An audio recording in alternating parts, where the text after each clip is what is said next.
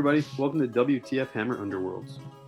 In today's video, we're going to be doing yet another Season 3 Warband review, this time looking at Rippa's Snarlfangs, who have a pretty extensive lore, I guess, compared to other warbands. And basically the leader of this warband is just in Beastgrave hoping to find a new weapon, so he can return back to his Git mob and become the boss. In this warband review, I'm going to be looking at this warband's fighter cards, their faction-specific cards, and I'm going to rate this warband compared to other warbands on that scale of S to D. And now let's just start by looking at this warband's fighter cards. So this is the first 3-unit, I guess, elite warband released in Season 3. Definitely have an interesting Inspire mechanics. So Rippa inspires when he has 2 or more upgrades, so that's pretty reasonable. And the other guys inspire the moment Rippa is attacked. So that does create an interesting dilemma for enemies, dilemma for opponents who have to make hard choices as to who they're going to attack, because obviously if they attack Rippa, they risk inspiring Minai and Stab-It, whereas if they attack Minai and Stab-It, they just let Rippa run wild, and he is clearly the most dangerous unit in this warband. Let's take a closer look. So uninspired Rippa is not super exceptional, not super accurate, but he can still do 4 damage if he's lucky enough. 2 hammers, 2 damage, and then that auto reaction Snarlfangs jaws, which is pretty much always going to go off because he is a melee fighter. 4 movement, very good. 1 shield, not very good. 4 wounds, very good. Once inspired, the Snarlfangs jaws get a bit more accurate, landing on 2 swords. His boss Loppa goes up to 3 hammers, which is super accurate. And he gets a bow, which is just an interesting little addition. Increase in movement, increase in defense, going up to 2 dodge. Next, there's Mean Eye, who's the more range-oriented unit in this warband. Pretty inaccurate to start, only 2 swords, 1 damage, going to 3 swords, 1 damage when he inspires. Snarlfang's jaws basically work the same way, so this unit's a little bit trickier because if you take that ranged attack, then the Snarlfang's jaws won't go off, if you're not adjacent to your enemy. So in that sense, you're kind of encouraged to make the range attack from a range of 1 to get that Snarlfang's jaws off, or to shoot at one enemy while having the Snarlfangs bite an adjacent enemy. But then that would give the ranged enemy support, so it's a little bit tricky to use this unit. And finally, there's Stab-It, who has a range 2 stab and sticka, 2 swords, 1 damage with knockback, going to 3 swords, 1 damage when inspired. Also being able to get a scything attack with that thing when he's inspired, which is very nice. Snarlfang's jaws operates the same way, and I forgot to mention that all these guys are also hunters. And they all, like I mentioned, go up to 5 movement, 2 dodge when inspired. So let's take a final look at the pros and cons of the fighter cards of this warband. Pros being that they have special combat abilities. They have scything when inspired, and they have those Snarlfang jaws, which are very nice. They have good movement. They have generally good defense when inspired, going up to 2 dodge. They have ranged and a reach attacker, which is very nice. They have the hunter keyword. They have high wounds, and they have an inspire mechanic that impacts enemy choices, which is very nice and actually very rare. And once again, they do have a small model number, which is beneficial in the sense that it leaves few targets for the enemy, and they're all quite durable. Cons, they do unexceptional damage. I mean, potential for high damage, but the low accuracy makes it a little bit unreliable. That low accuracy is across the board until inspired, and then the Snarlfang jaws are still a little bit unreliable, although they are a very nice addition. The range attacks do not synergize with the wolf bite. So that creates a bit of difficult choices for you if you're playing these guys. Should you make a range bow attack? Should you make a range 2 stab attack? Or should you just close into range 1 to get the wolf bite off? And once again, small model number, as I mentioned in other videos, results in these guys struggling with positional play, holding objectives, that sort of thing. So let's just move on to this warband's objective cards. Starting with the Surge, 5 Surges. Burning Spite is the first one. Score this immediately after an activation if 2 or more surviving friendly fighters are inspired, worth 1 glory point. Very nice card. I'm giving this an S, very likely to occur. Doesn't really take any extra initiative on your part besides just playing the game. Basically a freebie. Chase Down. Score this immediately after an activation if 2 or more friendly fighters are adjacent to the same enemy fighter, worth 1 glory point. So I'll give this an A, because also pretty easy to pull off, but it does require that your units close in on an enemy fighter, which forces your hand a little bit. Feeding Time. Score this immediately when an enemy fighter is taken out of action by a friendly fighter's Snarlfang jaws attack action, worth 1 glory. So I'm giving this a B, could be worth an A. just that it's not very guaranteed because these Snarlfang bites are low accuracy. At best, 2 swords, cannot be modified by anything, so a little bit of an unreliable card. Leading the charge. Score this immediately after your leader makes a successful attack action as part of a charge, worth 1 glory. I put it as an A, could be worth an S. I only put it as an A because if Rippa happens to get taken out of action and you draw this late game, it becomes impossible to score. And finally, No Mercy. Score this immediately after a friendly fighter's successful attack action that targeted an enemy fighter with 1 or more wound token, worth 1 glory. So I'm giving this an S because the Snarlfang bite in and of itself, if it follows up a successful attack that causes wounds, will make this immediately score as long as, of course, that Snarlfang bite lands. And because each of their individual attacks do little damage, it is very likely to achieve this card.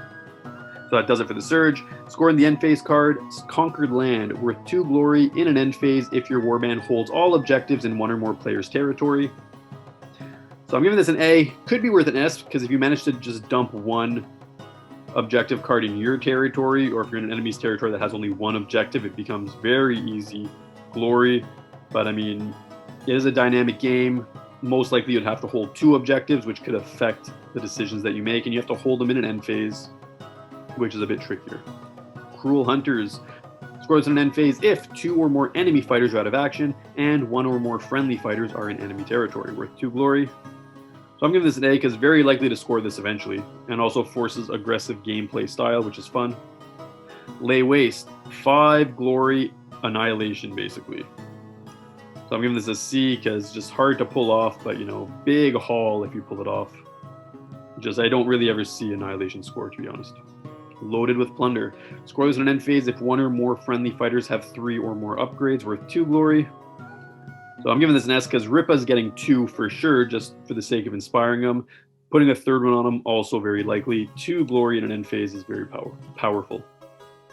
Marking your territory. Score this in an end phase if your warband holds 1 or more objectives in enemy territory, worth 1.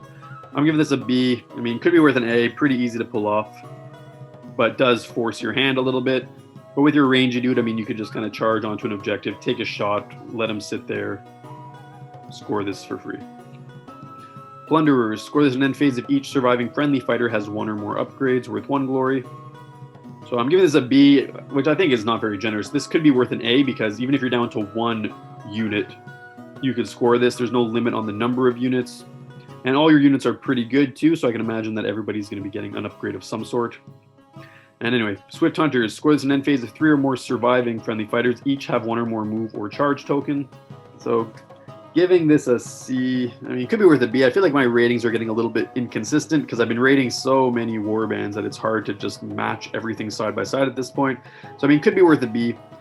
Main issue is that all 3 units have to be alive, which makes it pretty hard to pull off. And that does it for objective cards, which promote inspiring, surrounding enemies, making successful attacks, taking enemy fighters out of action, holding objectives, entering enemy territory, upgrading friendly fighters, and using all friendly fighters. And that leads us into the power card analysis, starting with the ploys. No spells. First ploy is defensive maneuver. Choose 1 friendly fighter, push that fighter up to 1 hex away from the nearest enemy fighter, and give the friendly fighter a guard token. So very nice card. I'm giving it an A.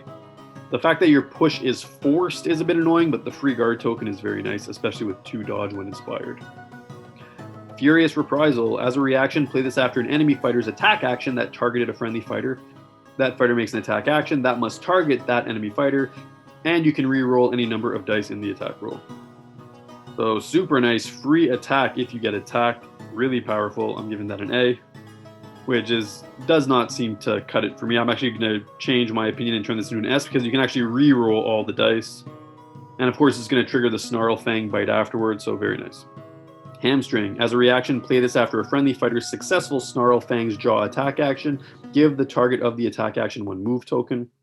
So a very nice transfixing stare style card. Only issue is that you have to be melee to pull it off, which means even though the enemy gets a move token, they can still take a swing, and it's contingent on the successful Snarlfang bite, so I'm giving this a B. Narrow Escape. As a reaction, play this when a friendly fighter is dealt damage. Before placing moon tokens on their fighter card, reduce that damage by 1 to a minimum of 1. So very nice reaction that could really throw off your enemy's game plan. I'm giving this an A. Powerful card. Pack Tactics. Choose one friendly fighter and up to 2 friendly fighters adjacent to that fighter. Push each chosen fighter 1 hex. A boosted sidestep that is only really great if you're clustering your units. So I'll give it an A because it's hard to make it as great as it could be. Savage Mauling. The first range 1 or range 2 attack actions made by a friendly fighter in the next activation have +1 dice and +1 damage for each supporting friendly fighter. So I'm giving it a B. It's pretty nice. I mean, the fact that it's contingent on the supporting fighter makes it a bit tricky, but the dice and damage is very nice. Smell Weakness. The first attack action made by a friendly fighter in the next activation has Cleave and Ensnare if the target has 1 or more wound tokens. So giving it a B as well. Very accurate, but you have to play it before your attack, so there's no guarantee the enemy will have wound tokens at that point. And oftentimes with these guys, you attack, wound them, and then the Snarlfangs finishes them off, so then it's not always the case that you have units roaming around with wound tokens between attacks. But it still does happen, so this card is good. Unbridled Ferocity. As a reaction, play this after a friendly fighter's failed Snarlfang Jaws attack action. You can make another one. Giving it a B. Very likely to play this card at least because some, if not many, of those Snarlfangs are going to be missing. Venomous Spittle. Reaction, play this after a friendly fighter's successful Snarlfang Jaws attack action. The target of that attack action is dealt 1 damage at the end of each action phase. This effect persists until the target is out of action. So basically a poison effect that continues to do damage if the Snarlfang bite succeeds. I'm giving this a B. It's only super useful against very tough units that will continue to take damage, but very likely you're going to try to finish enemies off and not let the spittle drain them slowly. Vindictive Attack. +2 dice for the first attack action made by a friendly fighter without any issues. I'm giving that an S. And that is it for the ploys. They promote pushing friendly fighters, improving defense, an out-of-turn attack, impairing enemy movement, increasing accuracy, and increasing damage. Finally, we're going to move on to the upgrades, starting with Bonded. When this fighter makes an attack action that targets an adjacent enemy fighter or is the target of an attack action made by an adjacent enemy fighter, this fighter is considered to have additional supporting fighters. So always have support as long as you're adjacent to the enemy. Super nice card. I'm giving this an S. Boss Hat. If your leader's out of action, +1 defense, +1 damage to this fighter's range 1 and range 2 attack actions. Clearly intended for Stick It, who'd go up to 3 dodge, and then 2 damage on his normal attack, 2 damage on scything attack, so it's a nice card. I'm giving it a B, only because you typically want Rippa to survive anyway, but this does become a nice plan B in case he goes down. Circling Hunter. After this fighter's attack action, but not during a super action, or after an attack action that targets this fighter, but not during a super action, push this fighter 1 hex. So whenever he's attacked or attacks, you could push him afterward, as long as he didn't charge or use scything or something. So pretty nice card. I'm giving it a B. Not amazing, since it can't couple with the charge. +1 wound for Embittered Survivor. Just handy. Giving that an A. Fiendish Jab. Restricted to stab it. +1 damage to this fighter's Stabbin' Sticka attack action for each crit.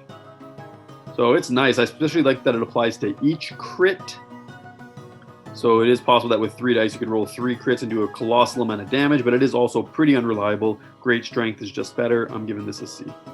Hidden Slitta for Minai gives him a pretty reliable melee attack, but it's not really much more reliable than his range attack, so I'm just going to give this a C. Hunt as 1. When this fighter supports a friendly fighter, this fighter is considered to be 2 supporting fighters, which is interesting. I'm giving that a B. Loping Strides, +2 move, giving that an S, that's always nice. Pack Leader for Rippa, re-roll any number of dice in this fighter's attack rolls for their Snarlfangs Jaw attack action, giving that a B.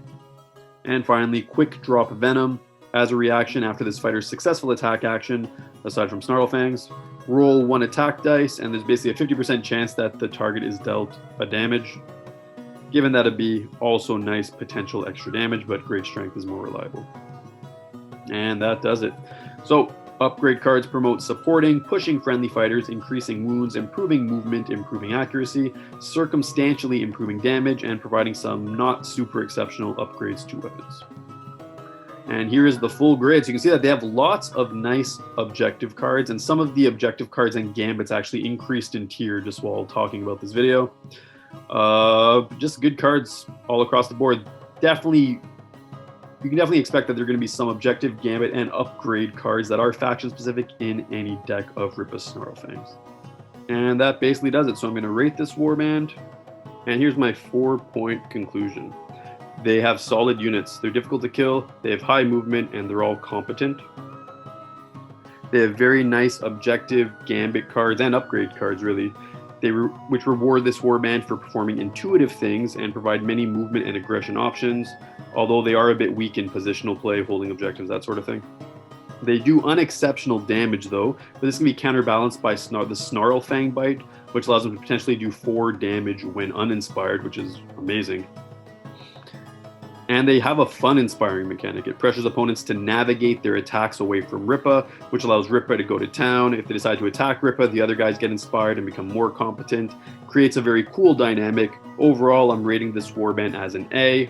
I like them a lot, and this is how I'm going to put them in the full grid. I put them just behind Skate's Wild Hunt, because I do like the versatility of Skate's Wild Hunt, but I put them ahead of Zarbag, because although Zarbags has lots of potential, their base cards are lacking, so they do tend to fluctuate a lot more in any given meta, whereas Rippa's is pretty solid. I feel like in the metas that have already taken place and metas that will come, they will always be pretty consistent in their play style. They basically fall directly in the middle of where I'm hoping to balance warbands around. I like them a lot. I think that they were made very well by Games Workshop. Hope you enjoyed. If you have any thoughts or suggestions, please comment. If you enjoyed the video, please like and subscribe as usual. And I'm going to be linking the balancing recommendations that I have for this warband, which will be minor, but that will be linked in the description. So go check that out if you guys are interested. And I hope you all have a nice day.